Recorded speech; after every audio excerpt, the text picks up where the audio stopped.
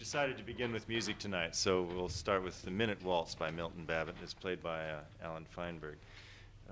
Let me say that Alan Feinberg is a brilliant young pianist from New York. In 1983 and 84, Alan played in the New York Philharmonic series, Horizons, and premiered a piece by Joji Iwasa, and also did grand pianola music with Ursula Oppens, a piece by John Adams, which he recorded for Angel, and that record, is that right, Angel? And that record's just been released, so you can find it in your record stores. He was born in New York in 1950, studied at Juilliard, and teaches at Princeton, and is going to be premiering a Milton Babbitt piano concerto in January of 1986 with the American Composers Orchestra. Oh, I see. I have been asked to give the correct title. That does not mean the correct title, that means the total title, the complete title. It is Minute Waltz, subtitled 3/4 plus or minus 1/8.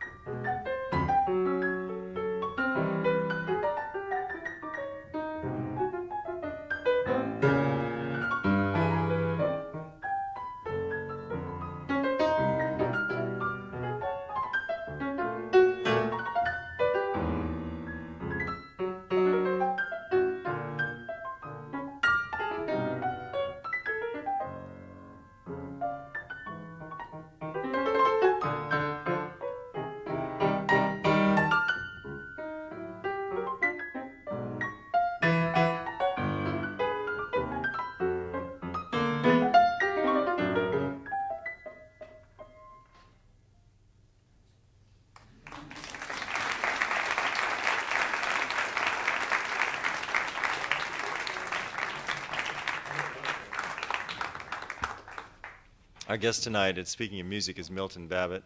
He was born in Philadelphia in 1916 and grew up in Jackson, Mississippi. His father was an actuary, so mathematics was in the air. Oh, come. That's what they say. And I'm leaving. early on, he was attracted to the music of Schoenberg, Berg, and Webern, before most of his colleagues in this country at any rate. And he studied at Princeton with Roger Sessions, was later on the music faculty there, and as well taught mathematics. During World War II, he worked for the government on mathematical research, very top secret, and after the war wrote a Broadway musical called Fabulous Voyage, which was unsuccessful. Maybe it was unsuccessful. It was never produced. Never How do we produced. know whether it was successful or not? He's been extremely active, and for this I really admire him, in promoting the music of his colleagues in the United States, and has made real waves in this country by teaching a generation of students who have now become some of our most prominent and active composers, and has a tremendous influence, I think, on our perception of music and where it's gone. He's extended Schoenberg's method of organizing music, Schoenberg dealing with the 12 pitches, Babbitt dealing with all the parameters of music, duration, timbre, rhythm, systematizing these in a way which has given him, ironically, a tremendous freedom to do a music which is both lyrical and exciting, and I admire it greatly, and I'm very happy to have Milton Babbitt with us. Thank you for coming. Charles, thank you. Please continue. Well, our program tonight consists of an electronic piece which has not been recorded commercially, called Occasional Variations, which was written in 1971. We'll also hear the Elizabethan sextets, which is for 6 female voices, and an excerpt from The Head of the Bed, text by John Holloway. Hollander, very sorry. John Hollander, the poet, which was recently premiered and was, in fact, written up, I think, this week in New Yorker magazine. For some of you who've seen it, you might have more pertinent questions than I. And we're going to be listening also to a sort of preview of some of the music, Alan, you're going to be playing tomorrow evening. which includes a world premiere performance of a piece for piano by Mr. Babbitt. A lot of people have said, Milton, that your music is austere and cold and scientific, and I wonder, the perception generally now of I think people encountering this music is less hostile than it certainly was in the 50s and 60s. I noticed it. Really? But I think there has been a change. Don't you think so? Oh, I don't really know. It depends on who's being hostile, child. The hostility changes in certain ways. I must say, all joking aside, because I have a tendency to joke about things like that, the hostility has taken very different forms, and honestly, I've in very many cases not understood it because it's been based upon misunderstanding. I mean, the notion of mathematical music, I don't think this is the place to go into it. I've written about it in other places. I haven't the slightest idea of what people mean by mathematical music, unless they're using the word mathematical in a kind of metaphorical, evaluative sense as something which automatically and ultimately is a dismissal term, is a term of derogation, which has nothing to do with the way one perceives and one construes the music. I really don't know what people think they mean when they say mathematical music, unless they're describing something, perhaps legitimately, about the nature of the music, but it certainly has nothing to do with mathematics. I mean, any work can be described mathematically as a time series, as a polynomial, as a Gödel number, and that's not the way one listens to music. One hears music, one understands music, or one dislikes or likes music. I'd be willing to answer any questions about that anytime anyone wishes to, and we are going to have questions. In fact, we expect to be interrupted any time that I catch my breath. But the fact is that the only time I'm offended by that is simply when it does simply reveal some deep-seated misunderstanding. If I knew how to write music mathematically, I guess I would be happy to do so. It would make my life much easier. I'd be able to write it much faster. Look, I'm not being defensive about this. I'm just saddened when people either think that I write music mathematically, because then I think they don't understand me, or when composers claim that they write music mathematically, because then I think they're being either naive or being misguided. The truth is that if I have slightly more knowledge of mathematics than some of my colleagues, and by no means all of them, I'm delighted to have it, because it means that I think I'm not misusing mathematics, and on the other hand, I'm not being intimidated by it. I have no conception of to what extent mathematics has influenced my life, but I want to say one thing here, because of all the misguided and misinformed biographies. I never took a degree in mathematics. Let me tell you why I'm saying this. I dared take a 3-week vacation for the first time in my life this summer and went to Switzerland, and when I came back, my poor wife, who many people here know, was very agitated, because she said, sitting on your desk is something you have to answer right away. Prentice Hall was publishing a new book on music, or contemporary music, I've forgotten which, and they've sent you the article on you because they want you to send a picture, and they want you to send a picture which is most relevant to the article. She says, wait till you read the first sentence. And the first sentence was that Milton Babbitt abandoned the study of mathematics at Columbia University when he became attracted to music. I never studied anything at Columbia University. I never took anything. I was never a student of mathematics. My undergraduate degrees, my graduate degrees are all in music. It's not a matter of my protesting much or too much. It just happens to be a very simple fact of my academic background. I taught mathematics during the war because mathematics teaching was very much needed. I taught on 2 different occasions. Sure, I read mathematics as an amateur, at least I read it when I had the time. I'm not a professional mathematician. Do you think if I were, I'd be sitting here now worrying about music? It's just one of those things that upsets me, because when it reflects enormous misunderstanding and misapprehension, I don't like misunderstanding and misapprehension. I've lived with too much of it. So I protesteth not too much, but I do protesteth. I'm curious to know, since you were active at New York University as a student in the 30s, what the scene was like in the 30s in New York. Woo. The scene was a very simple one. If you look, stop me as soon as I become too autobiographical about this. I come, as you know, from Jackson, Mississippi. And when I looked around to go to college in 1931, yes, there was a 1931, as a Southern boy, I wanted to go to Tulane University because they had the best football team. But, no, I'm not joking, but they wouldn't let me in because I was too young. In those days, you had to take ROTC, and I was too young for ROTC. So I was prevailed upon to go to my mother's family's traditional university. She's a Philadelphian. That's how I happened to be born there. That was the University of Pennsylvania. I suffered through 2 terrible years at the University of Pennsylvania. I hated every one. I would still hate it, and that's why I have great sympathy for young people who come and talk to me about choosing colleges. It's a very difficult and very complicated idea. And I thought that maybe, well, maybe it was because I was a Southern boy let loose in the East or in the North. So I went to what was supposed to be the Southern School of the greatest intellectual influence at the time. That was the University of North Carolina at Chapel Hill. I lasted 2 months there. It was a very bad time for the South. It was the depths of the Depression. It was all too very depressing. And that is not meant as a joke. I'm sorry. It was not a joke at all. And I went back and I tried to find out where I should really be going. And having been exposed to the music of Schoenberg and the music of Stravinsky at the age of 10, merely because I happened to travel to Philadelphia, and Charles was just asking me about dinner whether I knew Mark Blitzstein, for example. Yes, I knew all those people very well. Mark Blitzstein, Isidor Fried, people of that kind who were the contemporary music life of Philadelphia. A man named Paul Nordhoff, a remarkable musician who never quite materialized. And I thought, well, look, I'd better go someplace where they're really interested in the music, which really interests me. And that was indeed, even then, the music, particularly of Schoenberg. And I looked around, and there was a darling, wonderful woman. I didn't know how darling and wonderful she was at the time, named Marion Bauer.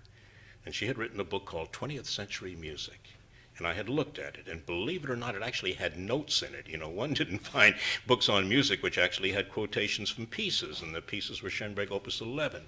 And, of course, works of Stravinsky and even a man named Roy Harris, whom I had just vaguely heard of. And I thought, this is for me. So I went to Washington Square College in February 1934. The reason I tell you this is because I was also aware of the fact that a man named Arnold Schoenberg had arrived in New York a few months earlier. And so I therefore arrived in a New York that was very much affected by the presence of Arnold Schoenberg, who was technically speaking, teaching at a little school called the Milton Conservatory in Boston. The what? The Milton Conservatory. It no longer exists. People forget. That's when Schoenberg came to this country, he taught Malkin, some people say. In Boston, they call it the Malkin, M-A-L-K-I-N Conservatory. It's long since gone. And he found he couldn't stand Boston because of his terrible bronchitis.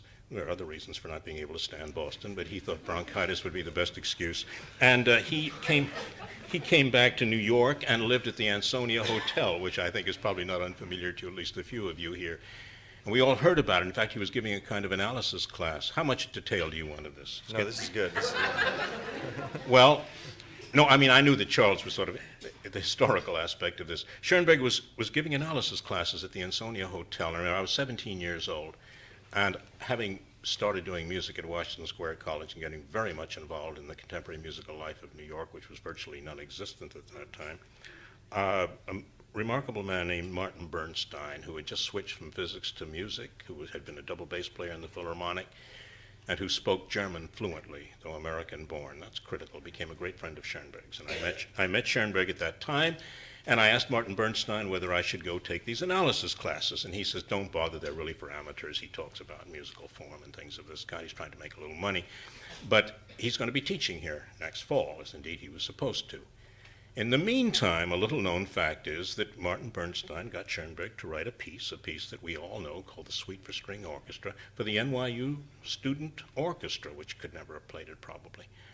And he wrote the piece, but at that time, Otto Klemperer heard about it, and Otto Klemperer, I remind you, was the musical director of a place down there called Los Angeles Philharmonic.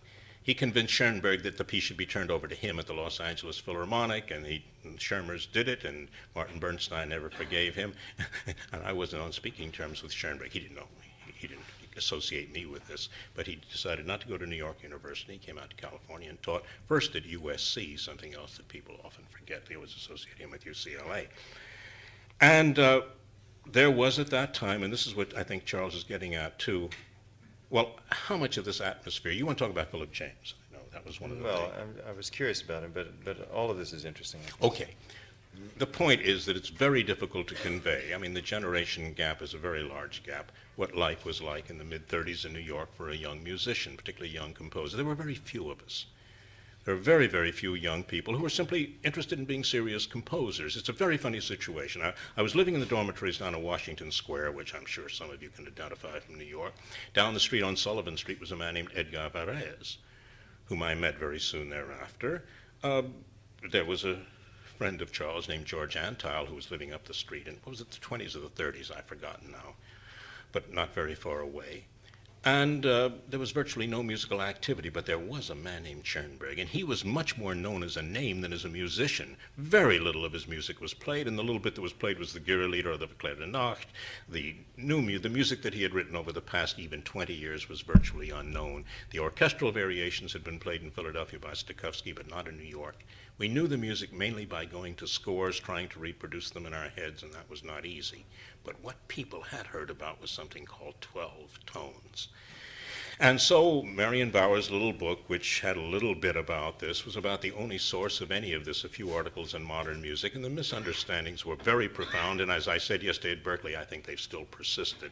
I'll just repeat this because I can't create the stories. I have to report things as they more or less were.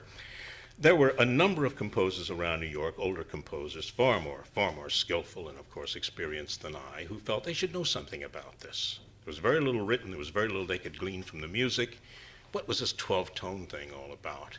So they would sometimes sidle up to me at the few concerts. They knew something about my deviant interests. And they would really say to me such things as, well, you know, this 12-tone thing sounds kind of interesting, and I've tried writing it, but I'm okay for the first 8 or 9 notes, but I don't know what to do for the last 3 or 4. And quite literally. And, you know, you were tempted to say, well, you know, stick them in the contrabassoon and nobody will notice them. But the fact is that it was like that. The misunderstandings were so great. For example, there was once a great debate at the New School for Social Research, which used to have one-man concerts, about 3 or 4 a year, of contemporary composers, mainly American composers. There was very little music being played. There was a great debate once about whether the 12-tone system was democratic or not. You can see why, you see. They had this notion that, you see, all the notes were free and equal. You had 12 pitch classes. Well, they didn't say pitch classes, of course. 12 notes or 12 pitches which were free and equal. You know, 1 note, 1 vote. There were also the notion somehow of these imperatives and prescriptives. Anything that goes up may go sideways. The confusions were so great that obviously they were bound to affect the way people heard this music when it began to be heard. After all, the way you think about music is the way you hear music. You can't possibly separate knowing how and knowing that, or thinking about and thinking that and thinking in. So it was a very strange period. Now remember that right after that, the whole course of contemporary musical development was shifted suddenly and summarily from Europe to the United States, and mainly New York. Krenek came, Hindemith came, Bartók came. And many of Berg's students, for example, who were little known and still little known. But we were surrounded by this. Eduard Steuermann came. The Schenker disciples, Hans Weisse had already been here. Jonas came here. So the result was that it was a very, very, very remarkable kind of atmosphere. In many ways, a very sad one. In many ways, a very exciting one. Now, Charles had been asking about a man named Philip James. I'm going to ask him, how did you happen to come up with Philip James's name? I've heard of his music only vaguely and read about it in books, and I read that you had studied with him. I thought, well, this is my only chance to find out who this character was. Yeah, that, too, is a reflection of a remarkable period in American music. Philip James had been a band conductor in World War I. He became an extremely well-known kind of arranger. Robert Russell Bennett, Morton Gould, being fair to both of them, because Philip James was an extraordinary musician, but that was his background. He was teaching at NYU, he was teaching conducting and sort of routine theory courses. But above all, he was the conductor of a symphony orchestra. And where was that symphony orchestra? In a radio station. Every major radio station in New York had a full professional symphony orchestra. You heard later about the NBC with Toscanini, but there was already an NBC orchestra, CBS orchestra under Frank Black. Some of you might remember that name. And WOR, it was the Bamberger Symphony, because Bamberger's owned the station, under Philip James. And one night it was a full symphony orchestra, another night a string orchestra drawn from it, another night a wind ensemble drawn from it, another night a combination of all of these things.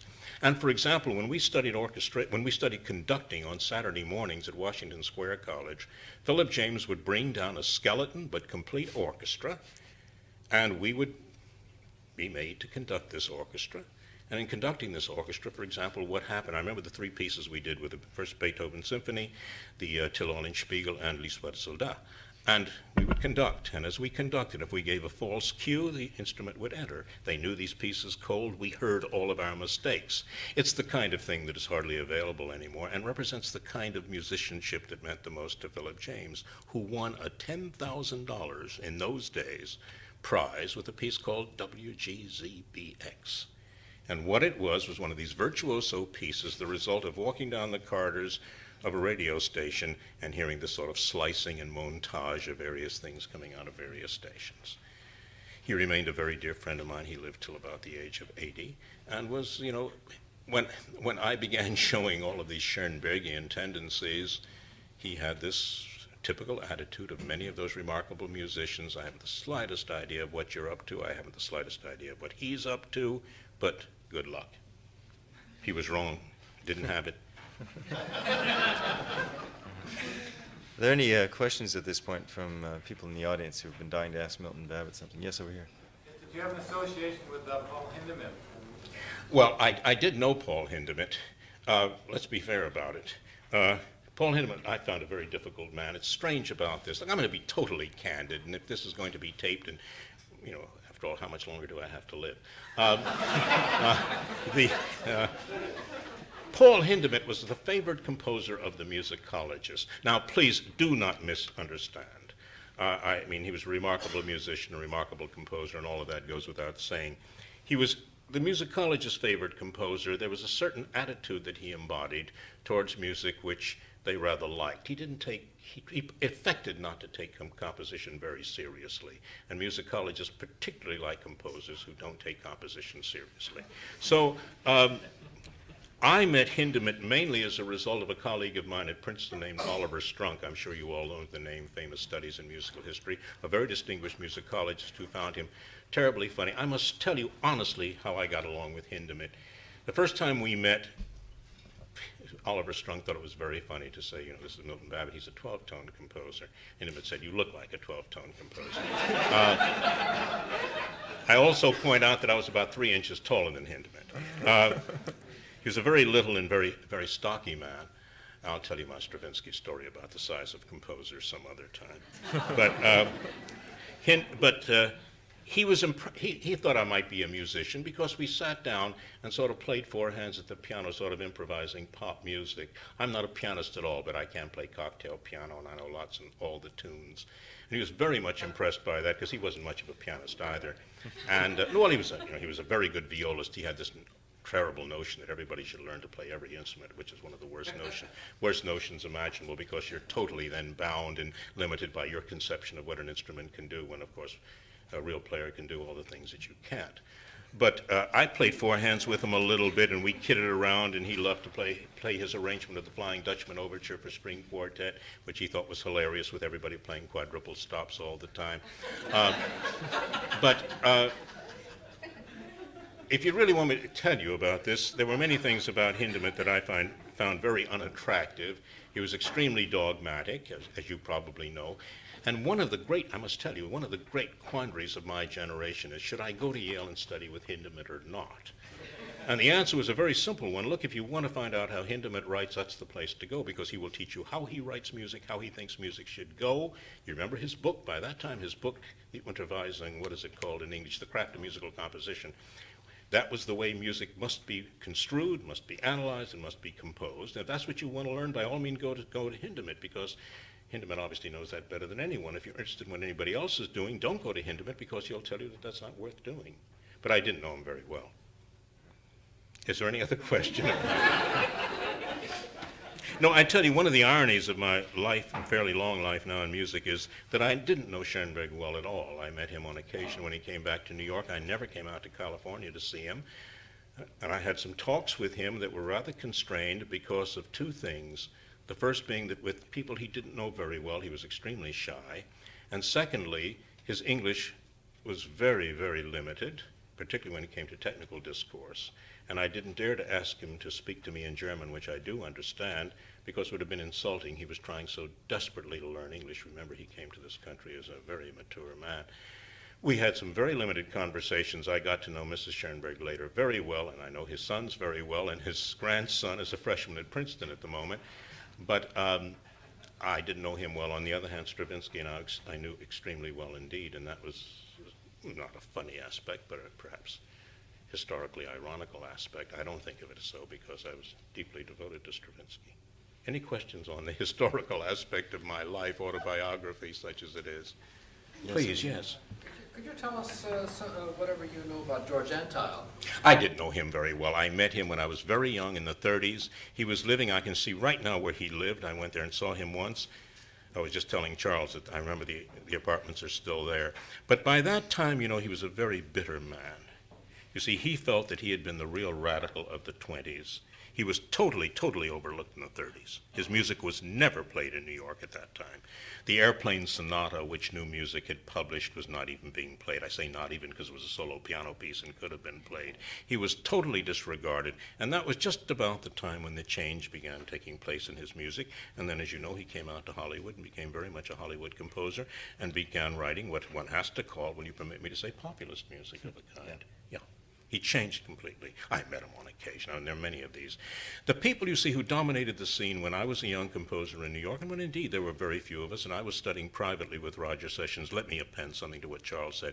When I graduated from college, I happened to have been 19, and I swore I'd never go near an academic institution ever again. You see, you're not the only one. And I went and studied privately with Roger Sessions for 3 years in New York. And I met, you know, Aaron Copland was very much, should I say, a well-known composer. But the primary names at that time were Roy Harris. He was very much the dominant figure from a standpoint of public reputation, and people who've sort of passed and gone. So I can't really talk about Antheil. I met him, we talked a little bit, and how many concerts a year would a composer like Copland or one of those do in New York in the 30s? I mean, there was so little music that it's almost impossible to recall. The first performance of the Schoenberg Fourth Quartet, played by the Kolisch Quartet in New York, was in a little room in the 42nd Street Library. There was the Composers Forum, which was held, I don't remember how often, maybe once a month, where two composers would be exhibited, had questions asked of them, and had a few pieces played. They had to be small-scale pieces, piano pieces, or perhaps at most a string quartet. And everybody whom you would now consider to be the great names of American music of that generation exhibited there. Virgil Thompson, Roger Sessions, Aaron Copland, and so forth. And a lot of people have been forgotten. I remember Goddard Lieberson made his debut as a composer there. Henry Bratt, any name virtually you can think of. We all finally had our composers' forums. That was one place. It was in a basement on Park Avenue in those days. There were these one-man concerts at the New School. There was an occasional concert of the League of Composers, which quite honestly took a particular position with regard to music. That's about it. what about today? What do you know about today? Well, in comparison, would you say well, that a composer of that stature in the 30s would hear a piece played once in a year and... Of Copland, no, Copland would hear more than one in a year. Copland would have a work played perhaps by a major orchestra. For example, I remember that Aaron's Statements was played by Metropolis out in Minneapolis, whenever that was 36, 37. But he wouldn't have many performances. We do remember one thing, and there was something called the WPA. And WPA orchestras would play, say, the music for the theater. They'd play Rogers' Black Maskers. They'd never play more demanding music than that. And then, of course, there were a lot of composers who've simply gone by the boards. The easier music got performed, but there was nothing. There were none of the young performance groups. I guess people forget that the first of those performance groups who've now become so, celebrated everywhere and so important and so effective, the first of those in New York was something called the Group for Contemporary Music, which was formed at Columbia University by a group of graduate students in the early 60s. Please. Yes, please. Put what you say about the scene of the 30s in perspective with respect to European immigrants who were painters, sculptors, architects, things like that. Do you think they got the best of public renown as opposed to composers, or could you give us a little perspective? Well, first of all, everything changed. I mean, first of all, think of the American composer. When they had gone, I was too young. I hadn't gone abroad. Many of my colleagues, many of the people of my age, let me speak of a colleague of mine who was just a year older than I am, who went to study with Roger Sessions about the same time I did, David Diamond. David was probably the most celebrated young composer of his generation. He was the youngest person ever to receive a Guggenheim. He had orchestral pieces performed when nobody else did. He was published. We are now, of course, colleagues together at Juilliard.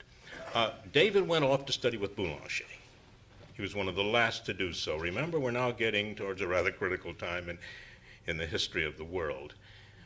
Very few of us did. I had no desire to go. I mean, if I had gone anywhere because of my musical interest, it would have been Vienna. Well, that would not have been a very healthy place for me. So I didn't go abroad. Americans who went abroad had always been regarded sort of as at best innocents abroad, and were not treated very well, frankly. Then they finally found themselves as the hosts. Well, you know, there were the shock of new cognitions. It was a very, very complicated kind of relationship. Schoenberg, after all, who was a very, very celebrated composer, became a university teacher. Hindemith, who was a very celebrated composer, became a university teacher.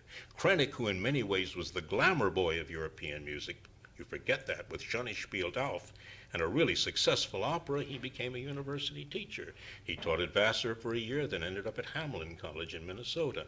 They became what American composers felt they had to become in order to survive, university teachers. In that sense, they stopped becoming public figures. You're absolutely right. Their status did change. Bartók, of course, went to Columbia. In fact, you can't think of a single composer who didn't do that except Stravinsky. And he didn't come at that time. He came a little later. He came to do what? To lecture at Harvard. Then, of course, came out to Los Angeles, and for a long time had a very, very hard time of it.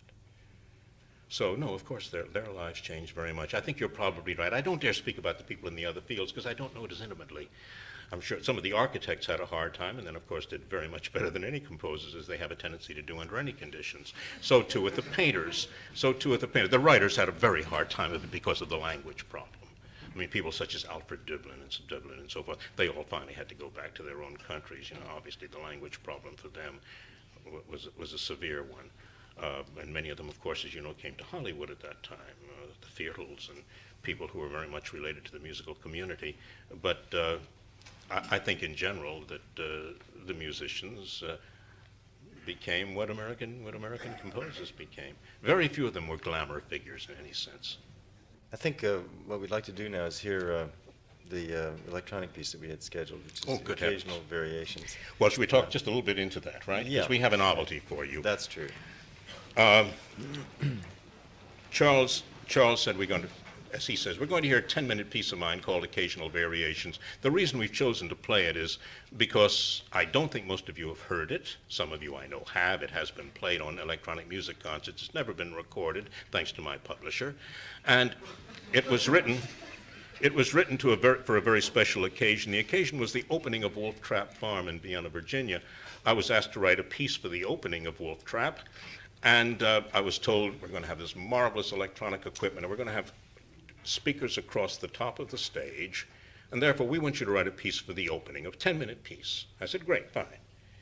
And I thought about this in these terms. I mean, it's not a piece that should have these detailed subtleties that one can place in electronic music that's be heard in a rather confined space, things that one hears in the studio. This had to be a rather broad piece to be heard under almost al fresco conditions. Those of you who knew Wolf Trap, it was burned to the ground, as some of you may know. It's extended out into the open fields, and people sat out beyond the closed auditorium. And I was going to write this rather broad piece, and broad in every sense of the word. It would be based rather upon, again, I will simply say broad brush strokes rather than tiny details. Repetitions would be rather obvious to give it any kind of shape that can be heard under these conditions. Well, I'm only going to tell you that when the opening came around, there were no speakers, there was no electronic equipment, so of course it couldn't be done. It finally got played at the end of the first season with the rain pouring down on a little Sony playback equipment with a few speakers at the top of the stage, public address speakers, and I fulfilled my obligation. They never fulfilled theirs. But before we hear this piece, I have something of a little surprise for you, because I just happen to have it with me, and Charles thought you'd be interested in hearing it. I want to hear it. Yeah. When one begins to discuss the question of electronic music, there's always this terrible misunderstanding, as there's so many misunderstandings. It came the technology, and then we composers who are grasping for straws grasped for this straw. Well, I mean, nothing could have been less the case. We knew exactly what we wanted to do, and we knew that the only way we could do it exactly was the use of electronic technology. It was perfectly well understood long before any composer you've ever heard of went near any electronic equipment that music could be recorded, could be created purely electronically without invoking the live performer, the 80-piece orchestra. It was all contained in the grooves of a phonograph record. And all that you had to do was incise those grooves, unless you're a profound believer in the ghost in the machine. Obviously, that's where the sound was. But nobody incised grooves. But what people began doing in the 20s was drawing on the side a film track. All of the dialogue, all of the wild sound, all of the music that was on a talking film, as they called it, all talking, all singing, was obviously contained in those undulations on the side of a track, if it happened to be variable area, not variable density. So immediately this began being done by engineers, two particularly, one in Munich, whose name was Feniger, and one in Berlin, whose name was Fischinger, whom you probably know, came to this country and became a very celebrated animator in Hollywood, and whose widow is, you say his widow is still alive there? I may be mixing him with Feininger. Feniger never came to this country. He went to Russia. Fischinger came here. I think his widow's still living here. I've talked to his widow about 6 or 7 years ago. He came to this country and never did anything else like. When Hitler, of course, came to power, both studios were wiped out. Fischinger came to this country. Feniger went to Russia.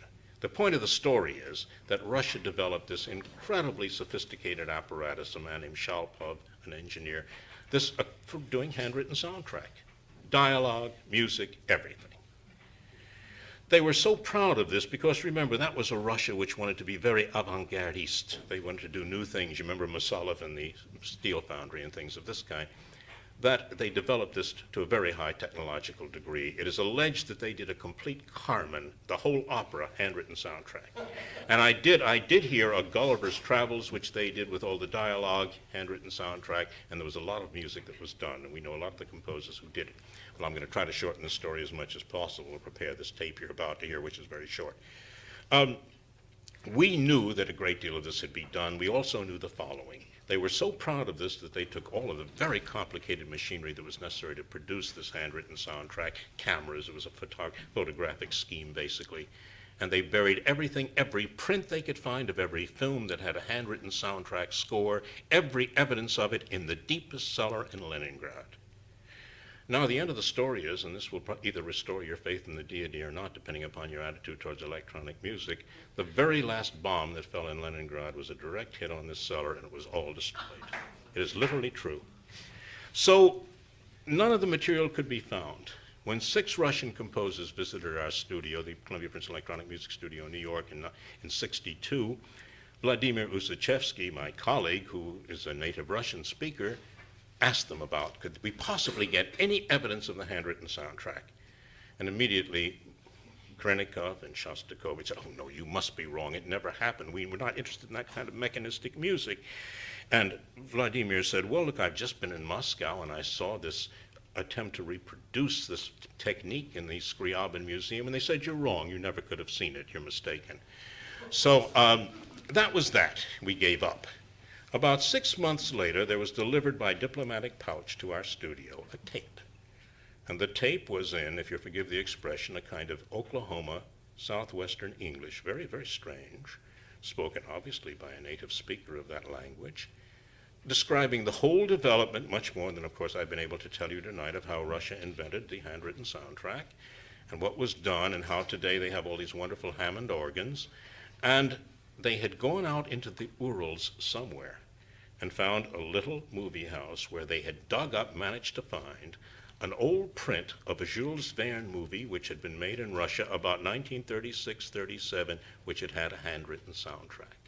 And they sent us quite a bit of it. What I'm going to play for you tonight is a little snippet that will give you enough sense of electronic music circa 1936-1937 handwritten soundtrack. Let me say this about it. Please try to remember that it's not the best example. It couldn't be. It was a rather minor movie. It was first copied by them from a decaying film to their tape, and we had to again transcribe it because the tape machines are not compatible. But it will give you some idea of what they were doing.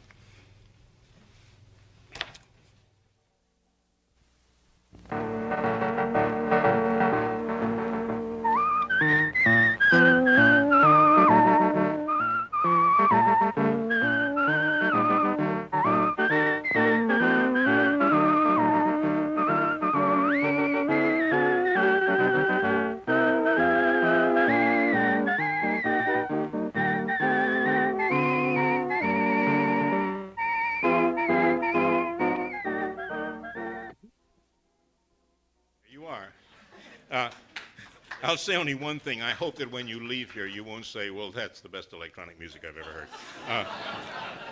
But look, the point there, I think, is perfectly clear. You can see why serious composers, when they heard this, and some of them did hear other examples probably, said, well, you know, it's amazing that you can do it, but if I wanted to write that kind of trash, I'd get an electronic keyboard and somebody to whistle, so what do I need this? It had absolutely no attractions for composers at that time.